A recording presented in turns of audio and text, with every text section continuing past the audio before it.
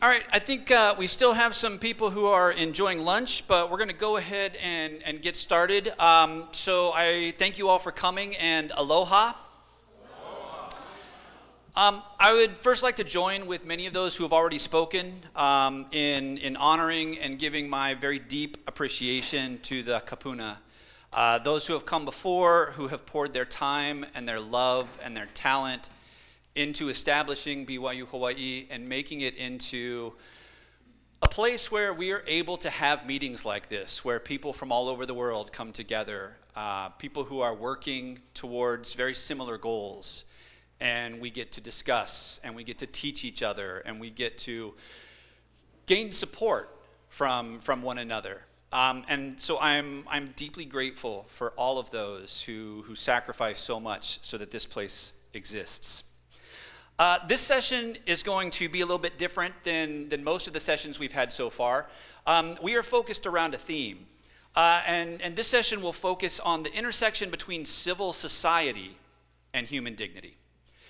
And I think we're very fortunate in the two speakers that we will have on this panel. I will tell you, just kind of looking at their background and stalking them a little bit online and looking at the work that they have done, the people that they have helped, the things that they have accomplished, I very much felt inspired and empowered, and I am ready to redouble my efforts in terms of doing what I can to support and encourage the groups who so often slip between the cracks, that kind of fall between the legal frameworks that offer human dignity for everyone and what we actually see in real life. So now I will introduce both briefly, but I very much encourage you all to look them up online and just take a look at some of what they have done. Our first speaker will be Mena Antonio, the chief executive of Caritas Aotearoa, New Zealand. She is passionate about issues of human dignity, especially human dignity from the perspective of an Oceanian woman. She has worked to make sure that the voices of women and teens are heard because she believes that they are absolutely critical to good decision making. She has the expertise, and I am sure many, many stories that come along with 25 years of working in the area of governance. She's been instrumental in supporting capability building and governance frameworks in Samoa, Fiji, and Aotearoa, New Zealand. She received the Tyndall Foundation Pacific Scholarship to attend the very prestigious Global Women Breakthrough Leadership Program in 2016. And if all of that is not enough, she also runs her own governance-focused consultancy business. Next, we will have Siotame Drew Havea, the board chairman of the Civil Society Forum of Tonga. He has spent his life taking a community-based approach to fighting poverty and empowering those who often go unheard. He has a special passion for youth empowerment. He's a founding member of the Tonga National Youth Congress and the Tonga National Leadership Development Forum.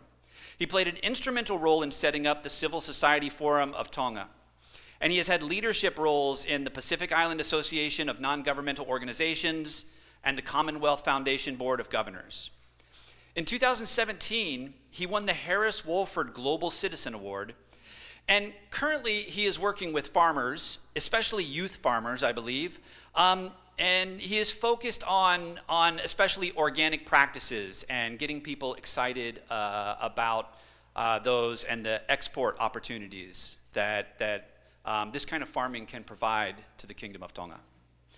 So please welcome these two speakers, and we will then first hear from Mena. Representing Aotearoa, New Zealand, the waiata, or the song, was performed by Mere and Hoane Ponga, which is their story that was contributed to the Tangi production in Suva, Fiji, last year. It was hosted by the Archdiocese of Suva, featuring voices and stories from around Oceania, lamenting the state of our ocean, le moana nui a kiwa. I start with this because of its passion, urgency, and moving, but also that it's the lament and sorrow for the state of our ocean, our home, which will get your attention, and it was also intended to get the attention of people around the world. I acknowledge Archbishop Peter, whose production that was. Through our Indigenous Tangata Whenua program, Caritas supported Mena and Hoane to tell that story of their people and their community as part of our partnership with our Tangata Whenua people, Māori. But I'll tell you more about that later. E ngā mana, e ngā reo, e rauranga tira mā, tēnā koutou, tēnā koutou, tēnā koutou katoa. E ngā mana, o ko Filomena atu neo tuku ingoa. Ngā mihi mahana kia koutou katoa. This is a brief and respectful greeting to you all, and especially to the people and the voices of this land. Thank you for the introduction, Dr. Rand, and I acknowledge my wonderful new friend, Drew, Havea, and my brother always in Christ. I give thanks to our Lord, our Saviour, and our divine friend. We pray to follow and serve his mission as good and faithful shepherds, or as we're in the Pacific, as good and faithful navigators. I acknowledge Le Kanaka Maoli o ka pai aina, the Indigenous people of these lands. I learnt just this week that some of these lands nearby were once places of refuge, and I thought it was a fitting start to one of the stories that I have of refuge for young women in Papua New Guinea. I acknowledge Latter-day Saints, church leaders, this university, and the hosts of this conference, and the vision to make apparent the Lord's calling and raise this place of rich learning and service. I acknowledge all you here today, people of Oceania, with whom we share a common faith, a common desire to serve, and a common home. Tā alofa lava, mālolele, bulavinaka, aloha. So who is Caritas Aotearoa, New Zealand? We are based in Wellington, which is the capital city of New Zealand. We are the Catholic Bishops' Agency for Aotearoa, New Zealand, and we're mandated to promote peace, justice, and development in schools, church parishes, in Aotearoa and across Oceania. We are part of the International Caritas Confederation of over 160 Catholic humanitarian agencies, and making us the second largest humanitarian network in the world after Red Cross. Our headquarters is in Rome. In this region, we are a member of Caritas Oceania, joined with Tonga, Fiji, Samoa, Australia, Papua New Guinea, and Micronesian atolls, covering all the Nesian groups. To clarify, I speak only for the activities of Caritas Aotearoa, New Zealand. Caritas recognises our home as the shared home of Te Moana Nui a Kiwa, which the esteemed and former Tongan writer E Peli Hauwha called a sea of islands rather than islands, atolls and archipelagos scattered across the biggest mass of water in the world. It's important because Oceania, I believe, has an identity crisis, and this is a big deal. We struggle to get the right attention to the most pressing issues like climate change, and yet attract the wrong attention by outsiders with interests different from ours, and also detrimental to us. Our own experience with our Global North Confederation is that climate change is first thought of as the Amazon rainforest, cross-border refugee displacement, prioritising land-based events. These are critical, of course. Our smaller populations and land masses means we can be thought of as small and over there, and therefore be forgotten. Caritas means charity in Italian. Pope Francis describes us as the tenderness of the church. In Latin, caritas translates to love in action. So rather than tell you what dignity is, I prefer to show you, and show you through the stories, through our programs, through our development and aid, through our Indigenous programs, and also through our justice and peace programs. In the Pope's encyclical letter called Laudato Si, which means care for the environment, he says a true ecological approach always becomes a social approach. It must integrate questions of justice. Social justice and human rights are woven through all of today's most pressing environmental issues. Those who contribute least to environmental harm often suffer its worst effects. I will introduce human dignity through the lens of Catholic social teaching principles, which underpins everything Caritas does. Catholic social teaching is rooted in the soil of human communities, and according to the Catechism of the Church, it comprises a body of doctrine which is articulated as the Church interprets events in the course of history with the assistance of the Holy Spirit. The rich tradition of Catholic social teaching is that it's always living and active. Human dignity is just one of the 9 principles that Caritas adopts, which is the knowledge that each person is created in God's image and each reflects something of God's glory. But human dignity on its own is incomplete. Only God is complete. Archbishop Peter addressed this yesterday. Instead, human dignity comes into fullness when it's in relation, when it's in communion with people and community. And that's what we call integral ecology, recognizing that the dignity of the person and the dignity and care for creation or environment coexist. Our name, Love in Action, means that Caritas must enact these teachings. And because we care for the environment and it's integral, it is imperative that we then engage, listen, and commune with the story holders, the keepers, the kaitiaki of our lands, our Māori people, tangata whenua, the Indigenous peoples. Through our main development program, and by the way, development for us means peace, He Oranga Tautakura, A Thriving Life, promotes integral human development across 7 countries in the Pacific and Southeast Asia. It is a 5-year funding partnership between Caritas and the Ministry of Foreign Affairs and Trade in New Zealand. We partner with the Te Tui Ngaina, which is the Catholic Women's Association in Kiribati, to support their locally driven health and nutrition program, training health champions who educate the community in health food growing and preparation practices. People in Kiribati are impacted by climate change. The atoll sits in what the World Bank describes as the global hotspot of the Western Tropical Pacific. Kiribati is exposed to further rising temperatures and marine heat waves that has serious implications for communities and health risk indicators. Tabora is a student in one of the programs that Te Tui Ngaina delivers. Fresh water is essential to life, and one of the biggest challenges that Tabora faces and her neighbours is that it is difficult to grow anything in their gardens as the soil is very sandy. People in Kiribati, like Tabora, are impacted by climate change in very real ways.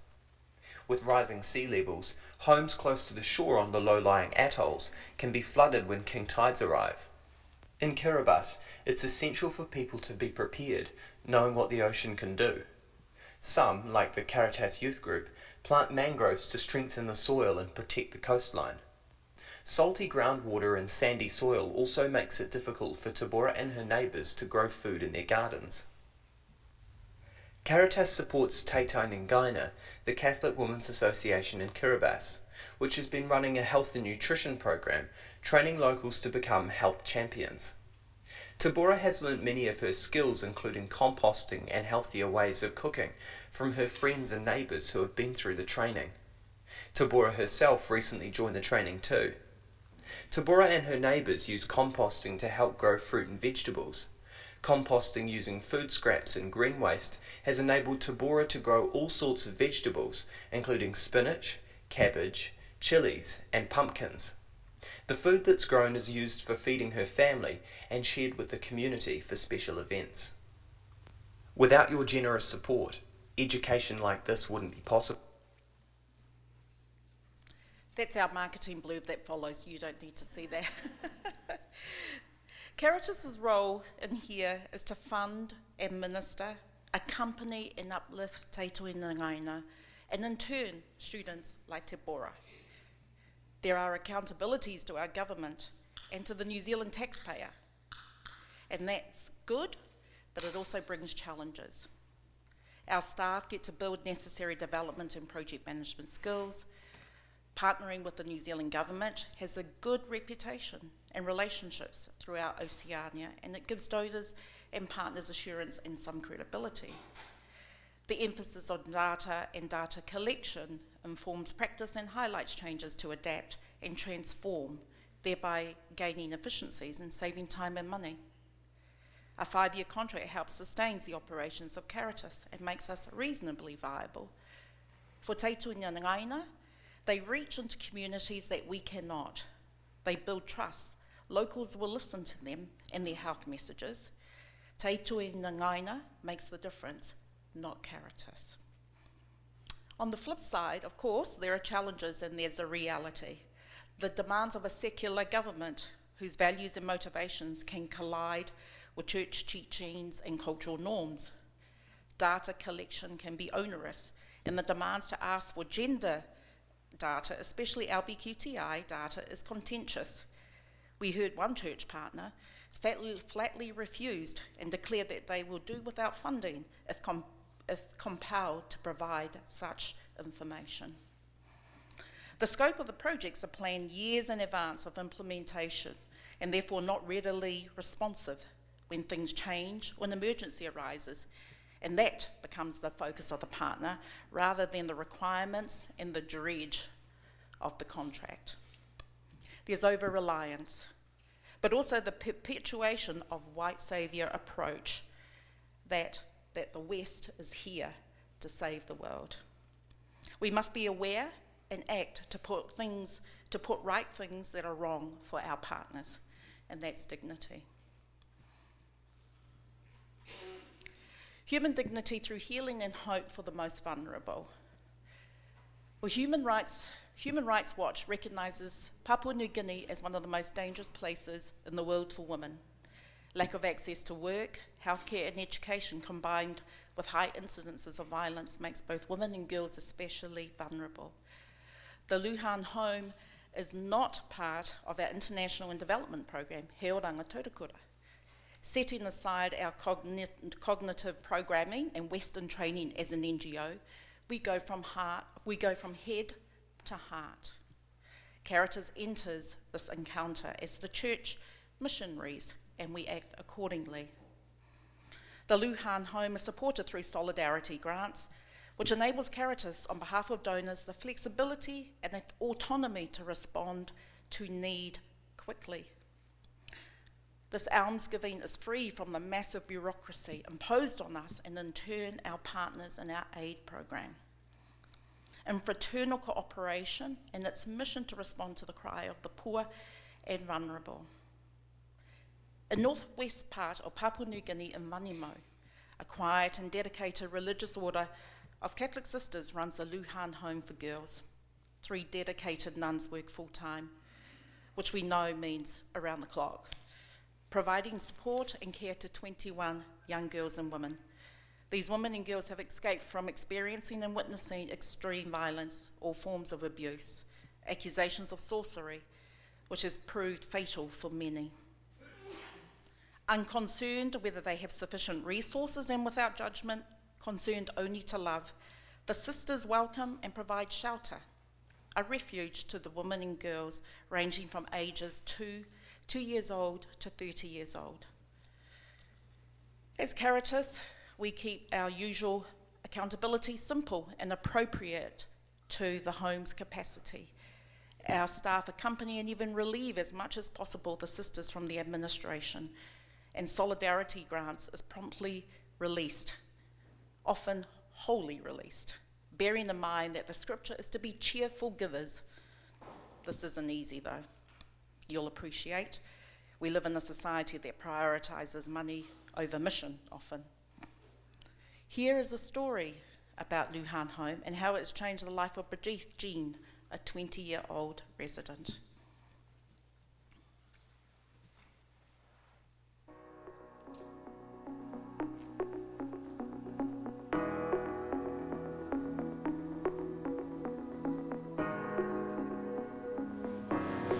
Luhan Home for Girls, located in Vanimo, Papua New Guinea, is a compassionate refuge managed by the SSVM Sisters. Currently, 3 dedicated nuns support and care for 21 young girls and women ranging in age from 2 to 30. Luhan Home offers a safe haven for girls who have faced tough challenges. Some have fled forced marriages, endured abuse, come from impoverished families, had limited access to education, and have been at risk. These risks range from young children suffering diseases like TB and malnutrition to girls facing threats due to false accusations of sorcery. Luhan Home for Girls warmly embraces and protects them, creating a loving and joyful family environment. In addition to emotional support, the girls also acquire essential life skills such as cooking, sewing, embroidery, and the spiritual and gospel virtues that enable them to lead truly Christian lives. Caritas Aotearoa New Zealand has been a committed supporter of Luhan Home for Girls since 2017, with the partnership reflecting the core principles of Catholic social teaching, especially solidarity, human dignity, and the preferential option for the poor and vulnerable. This collaboration is instrumental in protecting vulnerable women and girls, giving them hope and empowering them to realise their full potential and lead lives of dignity in the image of God. Bridget Jenner is one of the girls staying at Luhan Home. Life before I came to Luhan Home was very difficult to me because I used to walk 5 to 6 kilometers to school. Sometimes I get late to school and it was not safe to me. Bridget feels safe in the home and finds peace through prayer and spending time with God, which brings her serenity and harmony. I enjoy to play with the girls and stay with the sisters because it's also safe to me. During my free time, I enjoy with my friends to play, read a book, and telling story about our future. In the future, I would like to be a doctor. As a result of her time at Luhan Home, Bridget's future appears promising and full of opportunities, as she is supported and empowered to follow her dreams and lead a Christian life of purpose and dignity. This is the same Luhan Home that Pope Francis, or Papa as he's also known, will visit when he comes to the region later this year. Poorest of the poor, and we think he might know a thing or two about that. Human dignity also derives from our cultural and community connections. Through our program of Indigenous Voice and Visibility, the amplification of their voice and stories and the mana of tangata whenua is upheld. Our starting point and framework is based on whāriki, the weaving or exquisite interconnectedness. Everything is integrally connected. Called the Ethic of Care, the Tangata Whenua program is designed through 5 wellbeing measures: social, cultural, faith, economic, and environment. Those partnerships have included deepening our connections with various Māori, tangata whenua, and our community, or people of the land, and our communities. Among them are the people of the Whanganui River, and you met Mere and Hoani in the opening video.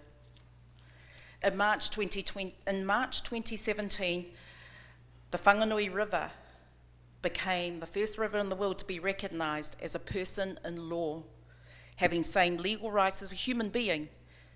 This recognised Māori understanding of relationship with nature for fullness of health. Their identification with the river is expressed in the saying, ko o te awa, ko te awa ko o. I am the river, and the river is me. At the Tangi production, speaking for the river, the Ponga whānau spoke of what the river meant to them.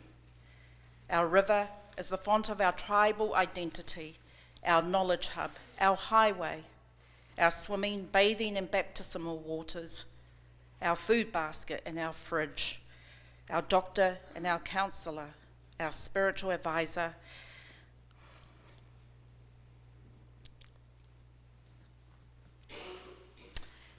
and teacher.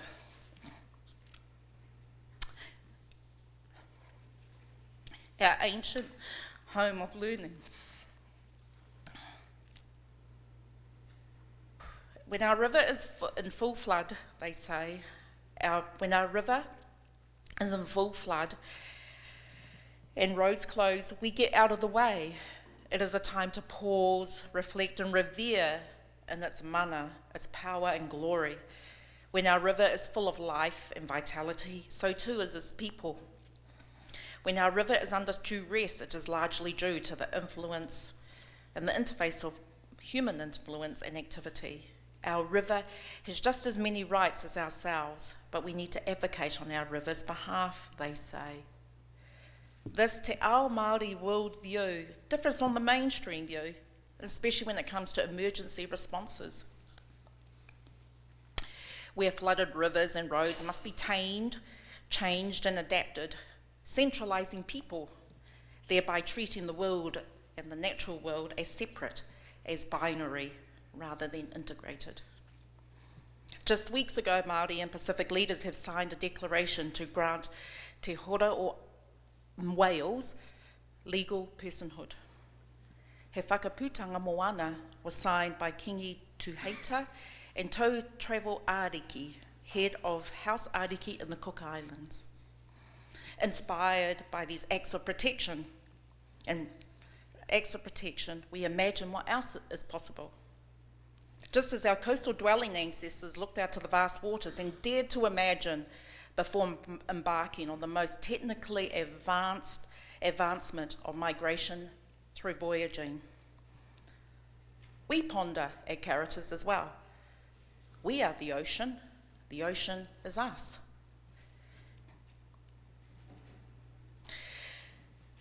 What might personhood status for the Pacific Ocean look like? What if the same time and efforts afforded to land was collectively afforded to our real home, the moana? If Te Moana Nui a Kiwa was a person, how might we respond then to the excessive dumping of treated radioactive water? This week marks the 9 months that Japan first started dumping 1 million tonnes of treated radioactive water into the ocean. This will continue daily for the next 30 years, more or less. And what about the increased militarisation of nuclear submarines in our home? The forming of major alliances like AUKUS, which Indigenous communities are mere spectators rather than authors. The granting of licences for deep sea mining without consultation and recognising legitimacy of Pacific voices, where Ocean Home and the future of our children will be directly impacted. In his official encyclical letter, Laudato Si', the Pope urges active local and international political involvement to influence good laws and defend against unjust ones that hurt or infringe on human rights, especially of the poor and the vulnerable. This is a different approach from the convention to separate religion from politics.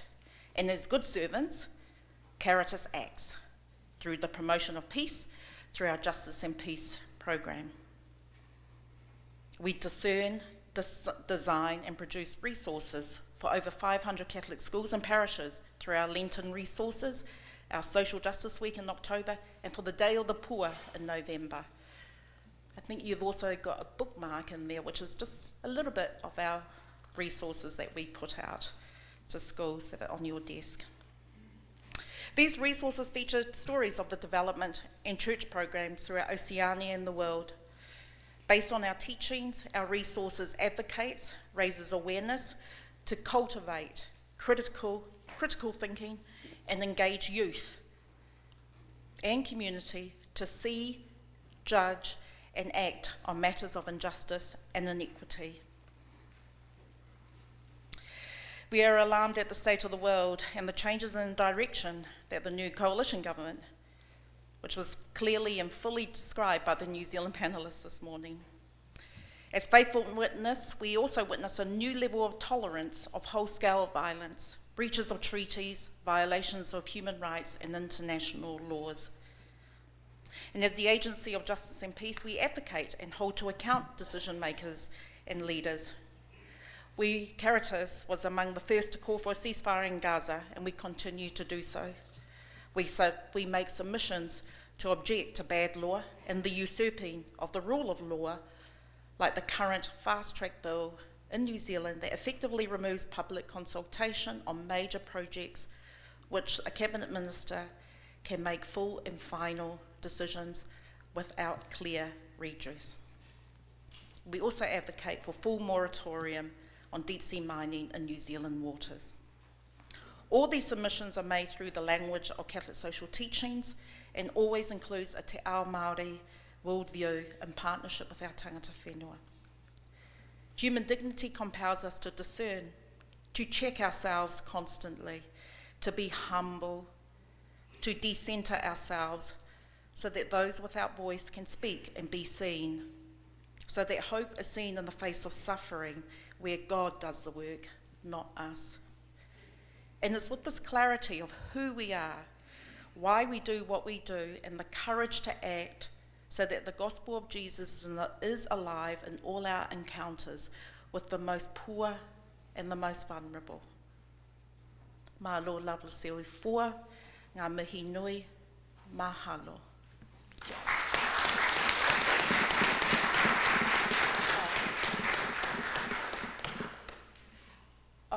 Dr. Rain, and sorry, just a New Zealand tradition, after usually someone speaks, we then tautoko or support those words and messages through waiata, through song. So we start with song and we end with song.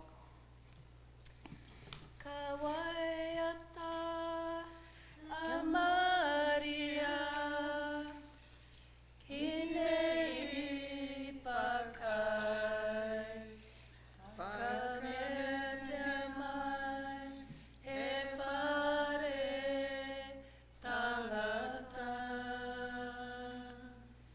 Hine pulotu, hine ngaka, hine rangi Marie, ko te whaia, ko te whaia, ko te ao, te ao.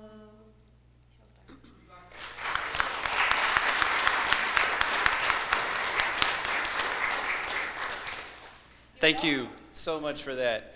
And we will now be fortunate to hear from Drew Havea. Thank you. Kulo, kore ke u whanga I whakatapu, whakatahangani kai tā ke u whakakato atu I koroa koe ni ku kaua I talanoa o ahoni. Malole rei and greetings to all of you. I would like to thank the hosts and sponsors for the invitation to be part of the Oceanian perspective on human dignity, talanoa. In the interest of time, the value adding that I can bring to the conversation is from the perspective of civil society, with a few reflections on the influence of religion in people's perception and often dictate how we embrace and demonstrate human dignity in our work. Human dignity from a religion perspective, as we heard yesterday, is grounded on our being created in the image of God. However, we tend to interpret that a certain uniform characteristic that who do we consider as image bearers of God. So we associate God's image to people of power, status, and more superior than us. We deny respect and acknowledgement to those that in our biases, misrepresentation of the image of God, we still care for the sick, the vulnerable members of our communities, but on our own terms.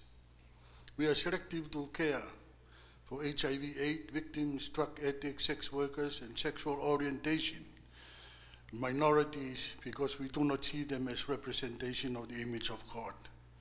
Those of higher status who live the same type of life received empathy from us, and we tend to find excuses within our cultural context to justify their behavior, and we see many of that demonstrated in family and gender violence. Civil society is a development actors. In our own rights, we embrace human dignity from a transformational, inclusive development, people-centered approach, that it must be for all people, gender equality, people with disability, children and young people, migrant workers, and a strong focus on human rights at the forefront of development. This requires not only ensuring the voices of the most marginalized are included in decision-making and programs, but also focus on addressing the systems and the structural drivers of poverty, inequality, and injustice.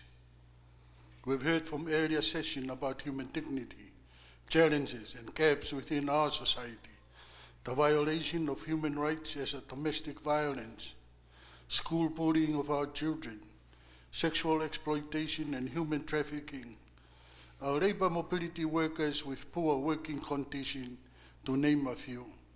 Our society, our government with policies and legislation, UN agencies with declaration of human rights, our politicians, our church leaders, all with good intention to address human rights violation, but we are yet to see our communities brought to the table to co-design an approach that can work for all people.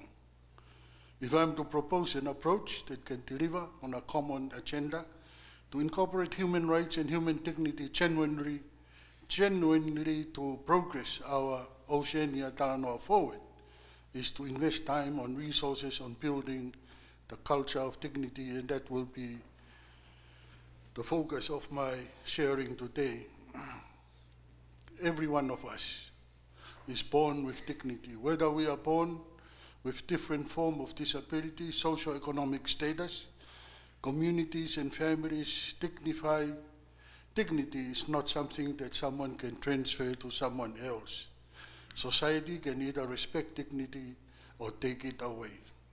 Human dignity is much more and beyond human rights. It speaks to the details of what we mean and demonstrate when we say that life matters, with a clear unconditional definition that help reinforcing our culture of dignity. We struggle with human dignity in Oceania because of the human rights discourse that had created fear that if we pursue dignity, it will come at the cost of effectiveness across all different groups that will demand specific preferences and choices. The competing for donor funding to advance human rights further silo, marginalized group that we had witnessed, disability community, fighting for their rights, women and youth, to name a few. We tend to compete to place our vulnerability in the priority list of the donors and miss the opportunity to unpack the root cause of human dignity that could be dignifying our internal systems, our programs, processes, policies, cultures, and way of work that allow civil society and the development sector to embrace full humanity of those we seek to serve. Building culture of dignity can be done in many ways, so I would like to share some of the civil society experiences that we experience in Tonga.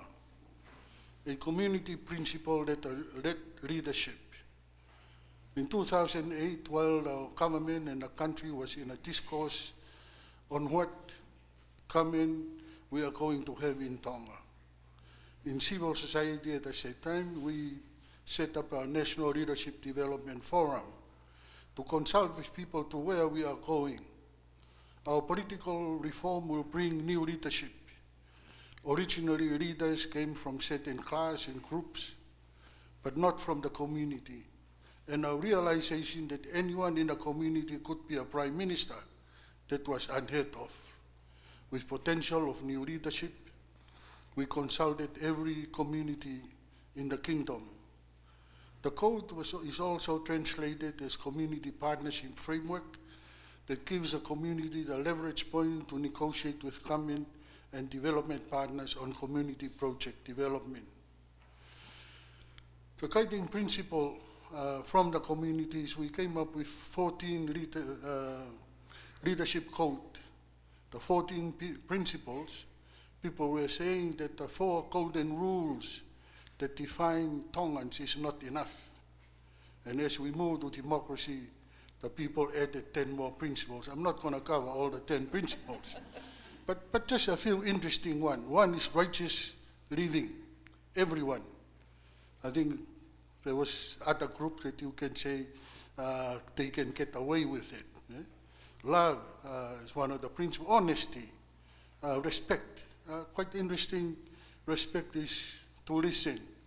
Respect to listen to the people. Equity, patience and endurance, transparency.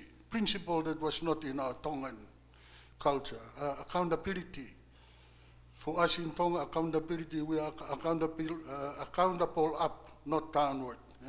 So we need to see how this principle work and how that will change, allow people to be to participate in our new political system. Disasters. In our region, disaster is becoming more stronger and stronger, and thinking about culture of dignity, we need to rethink our approach to response. What we have experienced in the Hunga Tonga, Hunga Ha'apai, it was compounded with the lockdown on COVID. So those who usually have come to support response were not able to come into the country. We need to localize the response. And when these people came, they rushed to meet donors' timeline that they have brought with them. So we saw cash handout became the norm for distribution. From our perspective, that does not contribute to dignity. The so-called dignity kits brought from UN agencies that did not have or bring dignity to those who need in the community. After 2 years of the tsunami and the volcanic eruption, we still have families relocated from their islands and still waiting to be relocated to their new homes. This is far from human dignity. The 15 to 25 centimeters of sea level rise a year, as estimated by most of the scientific people, that will bring loss and damage to a lot of communities in low-lying islands in Oceania. A locally led relocation by communities need to be empowered that will ensure relocation with dignity in the future. By 2050 or earlier, we will see more than 20 communities in Tonga that will be going under the water. One approach that worked for us in Tonga, and I would like to share, dignity for work. The humanitarian response in the Hunga Tonga, Hunga Ha'apai, from seawater overrunning the crops as well as ashfall, covered the whole island. Crops had to be harvested within 2 to 3 weeks of the tsunami. The relationship that small farmers had with civil society, they shared concerns that their root crops need to be harvested, or the seawater will turn the root crops unedible. Civil society mobilized youth volunteers from the affected communities to help farmers with the harvest and process the root crops. Civil society paid the farmers for the crops harvested. And these crops started the food relief distribution to tsunami-affected and relocated families. We also had the same principle with cash for weaving, where through conversation with relocated communities, especially women, in their reluctance to participate in the psychosocial support provided by government, rather were to refocus in doing what their usual domestic activities such as weaving. providing weaving materials, and we bought their final products of met, ta'awala, or fan. While the women were weaving, they start opening up to share their experience of the tsunami, and they were able to participate in the psychosocial program that were being realigned to fit their situation. The language of self-dependency, reciprocity, and dignity reflects this belief. We also have set up an alternative system to government on disaster response, where we take the lead on anticipated 24 hours before the disaster hits and 72 hours after it has landed. And that would be for another workshop someplace. A community engagement in sustainable development. Dignity takes long-term investment in community engagement that allows you to build a mechanism for participation, feedback, and properly trained, genuinely grounded community leaders. In some situations, communities may need to resist and humbly challenge development status quo. There are localized systems in place that need to be strengthened with decentralized leadership, councils that can be supported to embrace gender equality and youth representations. This will allow communities to have a say in what development should look like in their communities that will safeguard the dignity of their residents. For lack of participation in governance of the community, we witness rise in cases of domestic violence, and communities are not aware, and we are not paying attention to Universal Declaration of Human Rights, the United Nations International Covenant on Civil and Political Rights, Convention on the Right of the Child, International Covenant on Economic, Social, and Cultural Rights, Convention of the Elimination of All Forms of Discrimination Against Women, and Convention on the Right of Persons with Disabilities. Those two last conventions we have not ratified. We believe that responses, mediation, and resolution in violence against women be rooted in restorative justice and healing justice. Our current approach needs to be fixed. We need to listen to and value the voices of all individuals, in particular those experiencing violence and vulnerabilities. We need to create a culture of well-being and create conditions that encourage and allow all individuals to thrive and reinforce their own and others' right to satisfy and well-being. Political and economic dimension of human dignity. There is no dignity in political participation and budget integrity if no access to clean water, quality education for people with disability, and to address inequalities. The empowerment of the community through public finance management, through simplifying our financial system and development of citizen budget guide that provide the entry point to access community development fund through our members of parliament. The biggest issues facing our communities, from escalating climate crisis to social injustice and poverty, are rooted and shaped by our current economic system. Yet our communities are excluded from engaging in economic policy and unable to influence the economy around us. National debt. Communities need to understand how will this impact their children and grandchildren in the futures. When government look at deep sea mining as a revenue to pay for national debt, people need to be consulted, as this could be the biggest graveyard for our generation to come. Dignity is about assuring that a shared understanding and analysis of how economic system works to build the power of our communities and create economic change and fairer and more sustainable alternative systems. Human rights institutions. The mandate enabling environment for the voices of citizens to be heard and acted upon on human rights violation. Dignity is essential, but there are complicated tensions to navigate, especially when the role of the state is to safeguard the right of its citizens. Oftentimes, the need to change the social norms to ensure one group dignity is protected may challenge the existing power, structure, and tradition in ways that may feel disrespectful to other groups in society.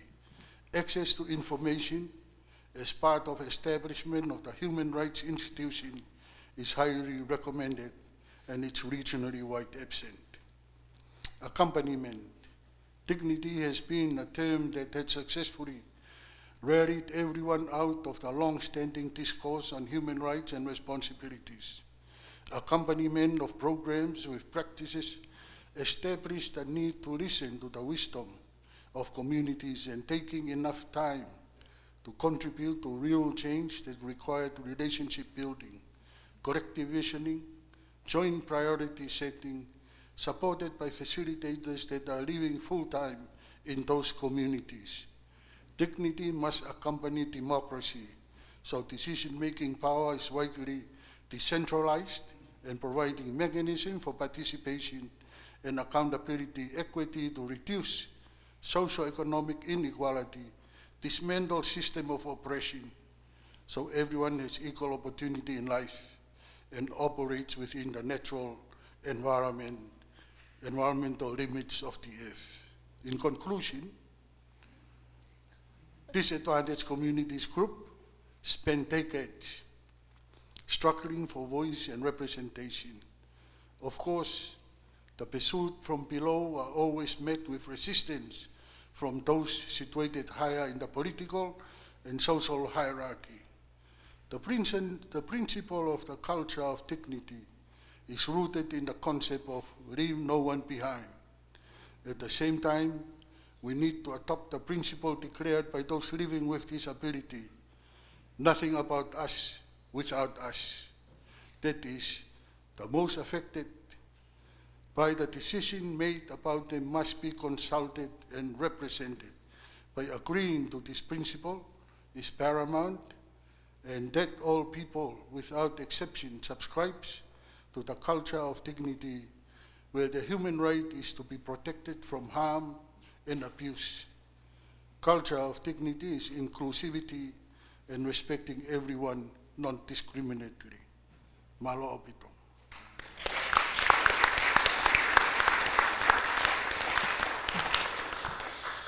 So my understanding is that we're allowed to go overtime because we're going to skip the break and go right into the next panel. So we do have some time for questions. As always, the microphone is there. There we go. Thank you. Thank you to the panelists for the insightful presentation. One of my critique of human dignity is that sort of anthropocentric, it's human-centered. What we're finding out is in Oceania, human dignity, ecological dignity are one and the same. We see this in the idea of whanua and honua and so forth. So I'm interested to see how you've been navigating balancing these sort of idea of keeping them together, that what we're doing for the environment is impacting humans and so forth, especially with climate change and so forth. And if you can share your insight, that would be great.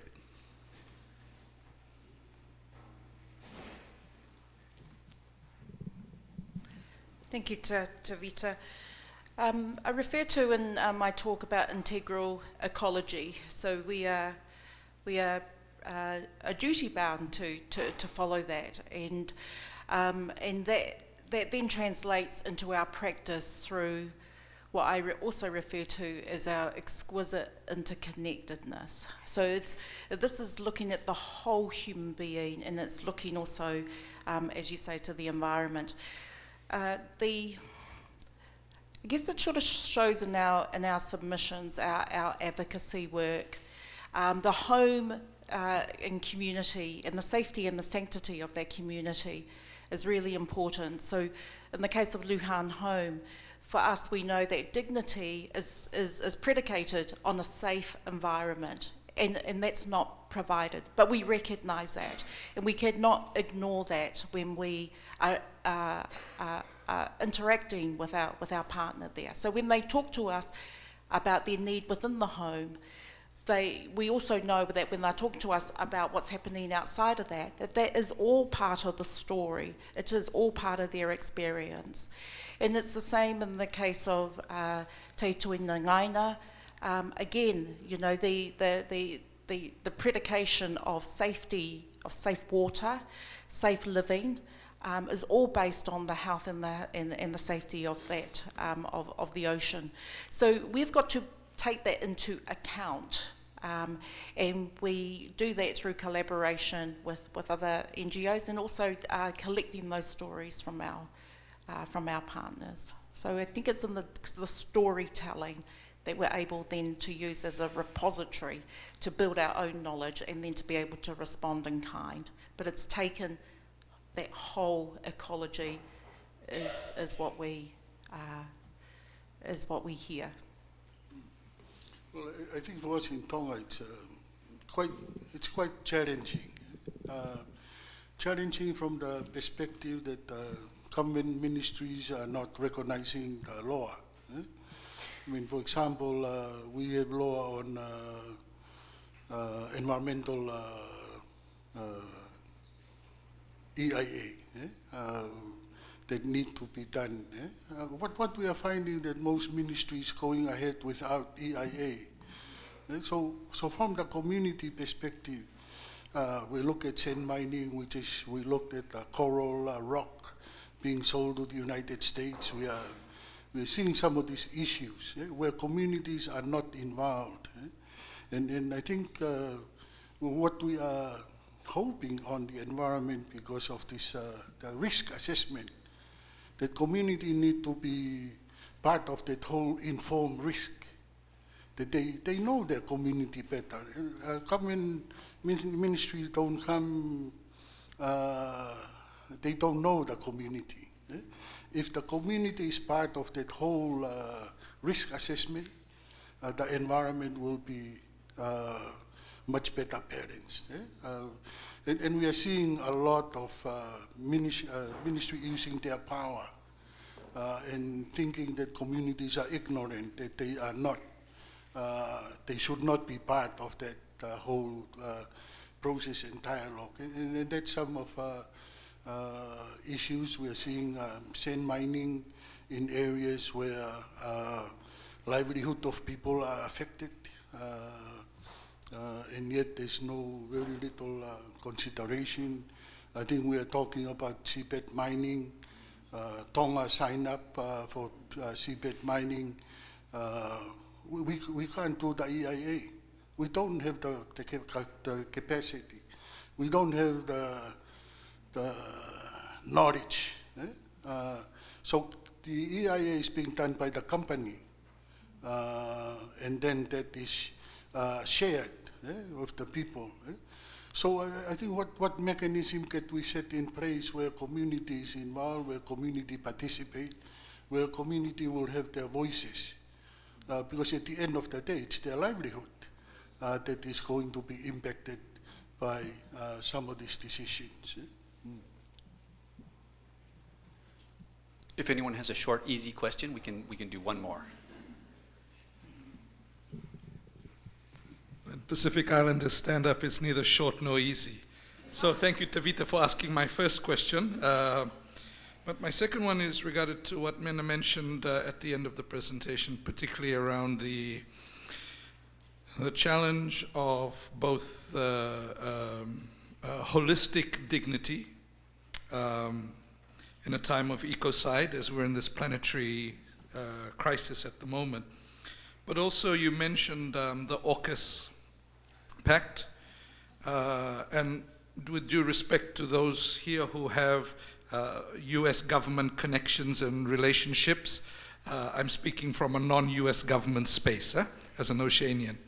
The issue of the Indo-Pacific strategy, the militarization of our region impacts our human dignity, because it's very, very rare for us to actually, as citizens, be engaged in that conversation.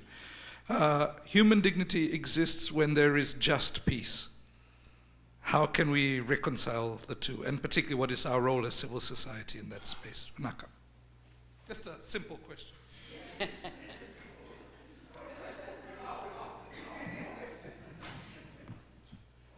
I'll start where you ended, civil society. I think civil society in itself can be quite problematic about what is civil society and who is in it, especially when you now have a lot of our government money coming into this space. And so are you now civil society, are you now NGO, or what are you? So I think that is a tension that is there. In terms of AUKUS, we are, and for Caritas, we don't comment on that, or we don't submit on where it's at the moment. And our role there is a faithful witness. So we watch and we look out and we see what's going on, and then we choose, or we act accordingly. So when it gets to a point where we know it's going to be affecting our community at community level, because that's where we are, we're in the we're with the community and with the and at that level. We're not at the political level, but we will speak out on that level. So it's there, and we don't speak out as New Zealand. We will, if there are any of our partners in Oceania that say, hey, we need some advocacy capability, we will support in that way. So we will not act on behalf of Tonga or Fiji or Samoa or even Oceania. We will speak for New Zealand only in that way. But if one of our partners asks that they would like some capability to support them in speaking out like that, that's where we accompany.